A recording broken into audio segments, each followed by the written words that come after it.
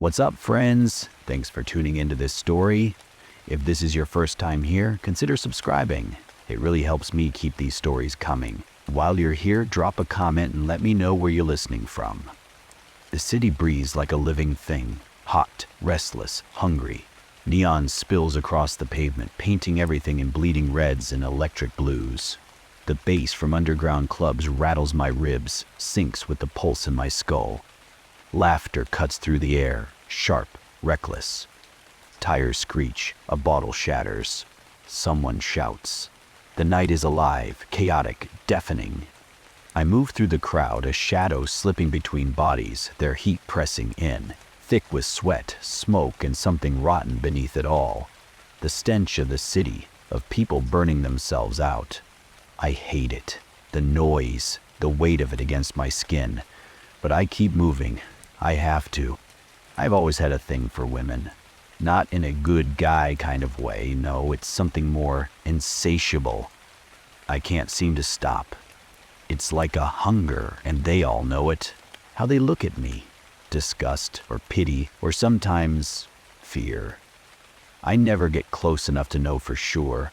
Always too much, too fast, always too eager, always the same. But tonight, I see her. She's sitting alone, tucked in a corner, waiting for someone to catch her eye. I stop, caught. Not because of her beauty, that's obvious, but because of the way she looks at me. No dodging, no rolling her eyes or shifting her gaze like every other woman in this damn place. She just watches, waiting like she's daring me to come closer. I want to walk away, turn back, and pretend I didn't notice her, but I can't. My feet are already moving toward her, against my better judgment. Her eyes lock onto mine as I approach. "You're not like the others," she says, her voice soft, but it's not pity. It's something else, something sharper. I freeze. It's like the air has shifted. The pulse of the club fades, the music dulls. She's not running, not turning away, not disgusted. I swallow hard. "You sure about that?" Her lips curl just slightly, enough to make my heart stutter. "Are you?" I don't know why, but I sit, right across from her. Something about the way she speaks, slow, deliberate, tightens my chest. The usual game. I should be used to it. I know how to play. I'm good at it. But this time, it feels different. A whisper crawls down my spine, but I ignore it. Focus. I have to focus. "You ask a lot of questions," she says, breaking my thoughts.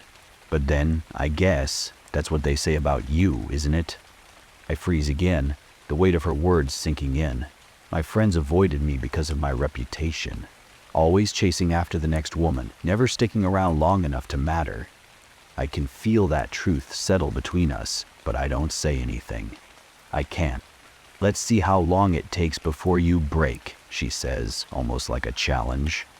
I laugh, trying to cover the sudden tightness in my throat, but the words fall flat. I know she's right. The room seems to close in. The air thickens. Something's off, but I can't put my finger on it. I glance around. The other people, dancing, laughing, talking, are blurs. It's just me and her now. Just the two of us. I lean back, letting her words swirl in my head. This isn't like any woman I've ever met. She isn't scared of me. Doesn't look at me like I'm something to avoid. I should leave. I should stand up and walk away. But I don't. Not yet. "What's your name?" I ask, my voice rough, trying to steady myself. She smiles, slow, the kind of smile that doesn't reach her eyes. "Why don't you guess?" She tilts her head, considering me. Then she stands, slow, deliberate. She holds out her hand, an invitation. I take it. The dance floor swallows us whole. She moves like smoke, like something untouchable, slipping through my fingers only to press back against me. Every brush of her skin sends a jolt through me, hot and electric. The world blurs. There's only her body against mine, her breath at my ear, the way she smiles like she knows something I don't. and then she kisses me. Everything else falls away. I don't know how long we dance, how many drinks blur through the night, how we end up tangled in sheets, lost in each other like we've done this 100 times before. But when morning comes, she's still there. She doesn't leave. She moves in. It happens fast, too fast. No hesitation, no second thoughts. One moment she's a mystery across a bar table, the next she's in my bed, in my shower, in my space. It should bother me. She doesn't talk about her past, not once. No childhood stories, no exes, no family. Just silence. Every time I ask, she tilts her head, smiles like I'm a little boy asking why the sky is blue. "What does it matter?" she always says, tracing her fingers down my arm, voice like silk. And maybe she's right, but something gnaws at me. She has no online presence. None. No Instagram, no Facebook, no old accounts from high school. "I don't like being watched," she says when I bring it up, her expression unreadable. No selfies, no group photos, no texts from friends. Her phone barely even rings, like she doesn't exist outside of me. I should find that strange. I don't. Not at first. But then I start changing. The headaches come first. Dull, throbbing things, pressing behind my eyes like a warning I can't understand. Then the exhaustion. Deep, bone-heavy, like something is leeching the life out of me. Memory gaps. Hours slip through my fingers. I wake up in different rooms, in different clothes, with no recollection of how I got there. Once, I blink, and suddenly it's night. I check the time. 6 hours gone. Just like that. "Stress," she murmured, running cool fingers through my hair. "You work too hard." I don't work at all. She never eats. I notice it one night at dinner. Plates of food in front of us, candlelight flickering. I eat. She doesn't. Just watches. Her fork never lifts. I think about asking. She never introduces me to anyone. No family, no coworkers. She says she moved for a job, but I don't know where. I don't know what she does. Every time I ask, she shrugs, changes the subject, kisses me hard enough to make me forget. But I don't forget. Something is wrong. I can feel it. A shadow curling at the edges of my mind, whispering that I should run. But I don't. The club feels different tonight. The music still pounds, the lights still flash, the air still hums with sweat and electricity. But something's off. Or maybe it's just me. I sit at the bar, barely touching my drink, staring at the ice melting in my glass. Ryan nudges me. "Damn, man, you look like hell." Jason smirks. "That's new?" I don't laugh, just exhale, running a hand through my hair. "Just stuff with my girl." Ryan and Jason exchange a look. "What girl?" Ryan asks. I frown. "What do you mean, what girl? The one I've been with for weeks."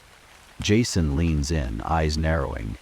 "Harry, we've never seen you with anybody for weeks, and we started feeling you're changed." I blink. My stomach twists. "What?" "You come here alone," Ryan says slowly. "Every time? You drink alone, you dance alone, you leave alone." My breath catches. My mind stutters, grasping for something solid. "I go home to her every night." Jason shakes his head. "Man, we've never seen you with a girl, not once." The room tilts. The bass rattles through my bones, but I barely hear it. My hands feel numb. "Check the cameras," I say, my voice barely above a whisper. Ryan hesitates, then nods at the bartender. A few words, a reluctant sigh. "We all checked the CCTV footage, and there I am, on the dance floor, Dan Seg, smiling, laughing at nothing, holding nothing, moving with nothing." My chest tightens, my skin goes cold. I feel sick. She's real. She has to be real, right? Panic grips my chest like a fist. My mind stopped working, just run.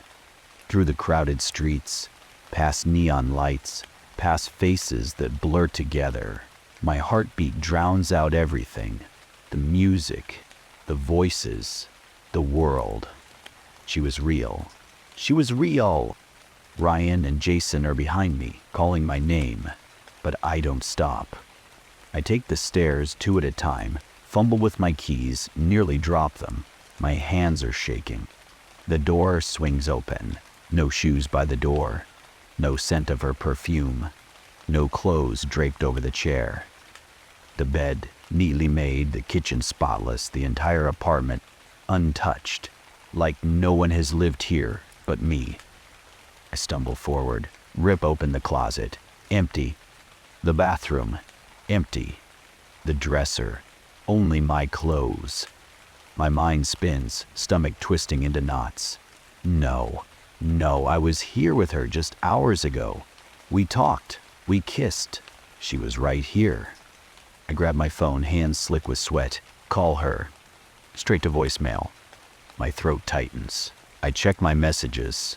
Our conversations. The ones we had last night. The ones where she told me she was waiting for me. They're gone. All of them. My pulse hammers. My breath comes too fast, too shallow. Ryan steps in, eyes scanning the apartment. Harry. Jason swears under his breath. Man, there's nothing here.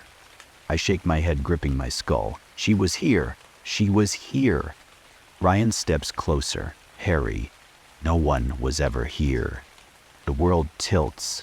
My vision blurs. I feel like I'm falling. Like I'm losing my mind. I don't remember falling asleep. One moment, my mind is spiraling, trapped in a loop of disbelief and fear. The next, darkness swallows me whole. A heavy, dreamless sleep, like my body shut down just to escape the madness. Then, a sound. Soft. Familiar. The low hum of a television. My eyelids feel like lead, my brain slow, fogged. I force myself up, every nerve in my body wired with exhaustion and dread. The sound is coming from the living room. I hesitate. My pulse is a hammer in my chest. I left the TV off. I know I did. Swallowing hard, I push the blanket off and drag myself to the door. My fingers tremble as I grip the handle, twisting it slowly. The door creaks open, and there she is. Sitting on the couch, remote in one hand, eyes glued to the screen, legs curled beneath her like nothing ever happened, like she never vanished, like I didn't spend the night questioning my sanity. The world around me tilts. I grip the door frame to steady myself. My throat tightens. She looks up at me, smiling softly. I couldn't sleep, she says, voice light, casual. Thought I'd watch some TV. You want to join me? Her eyes. Calm. No confusion. No acknowledgement that anything is wrong. My breath catches. I can't move. I can't think. She's acting like nothing happened. Like the past 24 hours never existed. Like she was always here. My mind stops working. My breath is ragged. My head pounds. I take a step forward, fists clenched. My voice comes out shaky but firm. Who are you? I demand. Why are you here? Why can no one else see you but me? She doesn't even blink. Just tilts her head slightly, lips curling into that same soft smile. The one that used to pull me in. Now it makes my skin crawl. I take another step back. My stomach twists. Please, just leave. She sighs, setting the remote down. Slowly she stands, stretching like she just woke from a nap. Then she looks at me. And what she says next makes my blood turn to ice. You called me. Her voice is gentle, almost amused. You brought me here. I shake my head. No. She takes a step closer. Your hunger, your need, your lust. She trails a finger down my chest and I flinch. That's what pulled me to you. My legs feel weak. My mouth is dry. Until you satisfy my hunger, she whispers, eyes locking onto mine. I'm not going anywhere. I stumble back, my body screaming to run, to get out, but I know I let something in. And now she's never leaving. My throat is dry. My body screams to run, but I force the words out. Are you a ghost? My voice shakes. Or something else? She laughs softly, not mocking, not cruel, just amused, like I asked a silly question. She takes another step closer. I'm whatever you made me, she whispers. Her eyes, too dark, too deep, lock onto mine. You didn't just want a woman, Harry. You wanted something more. She tilts her head. Something who wouldn't leave. Someone who would only be yours. I feel sick. My stomach twists. I never. She raises a finger, pressing it against my lips. Oh, but you did. Memories flash. Nights at the club. Endless flings. The loneliness that followed. The thoughts I buried. I just want someone who never says no. Someone who never leaves. My blood turns cold. I didn't summon her, did I? She leans in, lips brushing my ear. You wanted me. Her breath is ice. And now, I'm yours. I stagger back, heart pounding. No, this isn't real. You're not real. Her smile widens. If I'm not real, why can you feel me? Her hand trails down my arm. Warm, solid, real. I bolt for the door, but the lock won't turn. Behind me, she whispers. You can't run from what you created. Things aren't going the way I thought. At first it was thrilling, a fantasy made real. A woman who never said no, who was always there, always waiting. Now it's a nightmare. I sleep with a ghost every night. And every night, she takes from me. At first it felt like pleasure. Now it feels like something being drained out of me. Something deeper than just my strength. My energy, my soul, my life. I wake up exhausted, weak, hollow. She watches me, smiling, satisfied. I try to leave. She doesn't let me. I try to fight. She only laughs. I look in the mirror, and I barely recognize myself. Dark circles carved deep into my skin. My body is thin, trembling. My hands shake. I feel cold inside. I can't explain the pain of falling asleep knowing she's waiting, knowing she'll take more, knowing I'll wake up less of myself every time. And she's always there, always touching me, always whispering. You called me. I don't know how much longer I can last. I tried to get help. No one believes me. My friends shake their heads, smirking. Man, this is just your obsession with lust messing with your head. You've always been like this, chasing women, getting lost in it. Now, you're just spiraling. I try to argue, but they don't listen. My doctor frowns, tapping his pen against his notepad. Sleep deprivation, maybe delusions caused by stress. He prescribes me pills, tells me to take it easy. My family? They look at me like I'm broken. My mother touches my face, worry in her eyes. You need to stop this, Harry. You're not yourself. Not myself. Because she is taking me. Night after night, she drains me. I wake up weaker, my body aching, my mind slipping further into something dark. I try to tell them. I try to make them see. But they just think it's lust. They don't understand. They can't understand. So I stop asking for help. Because I know the truth now. I'm alone. And she's never letting me go. One night I couldn't take it anymore. I was dying. My body was empty, hollow. I could barely keep my eyes open. Each breath felt like a weight, each movement a struggle. My skin felt like it was burning, and my bones, they were aching, as though they were cracking under the pressure of her presence. I turned to her, desperate, voice trembling. When will you leave me? I begged. I'm dying. My body doesn't have any power left to satisfy you. She didn't answer right away. She just smiled. That smile, always so warm, so inviting. But now, It felt like the slowest, cruelest death. "I understand," she whispered, "but I won't leave until you're gone, until I take everything." Her hand touched my face, so gentle, so tender. I felt the cold burn of her skin against mine.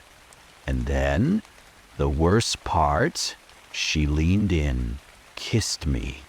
Her lips were like ice, yet there was an intense heat behind them. Her kiss was consuming, swallowing me whole.